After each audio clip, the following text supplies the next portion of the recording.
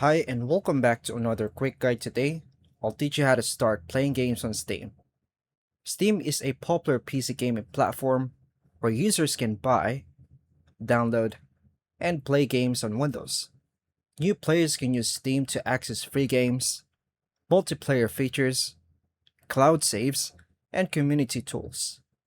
Setting up Steam correctly helps games install smoothly and improves overall performance. To begin, open your web browser and go to the Steam website. Click the Install Steam button at the top of the page. Download the Steam installer for Windows and run the setup file. Follow the installation prompts and allow Steam to install on your computer. Launch Steam after installation finishes.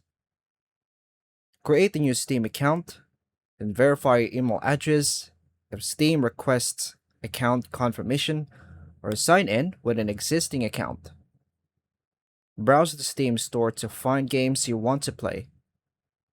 Go to the free game section and choose a game and click either play game for free titles or add to cart for paid games. Then complete the purchase process if you're buying a paid game. Now open your Steam library and locate the game you added. Click the install button and choose where to save the game files on your PC. Wait for the game to finish downloading and installing completely. Now click the play button in your Steam library to launch and start playing the game.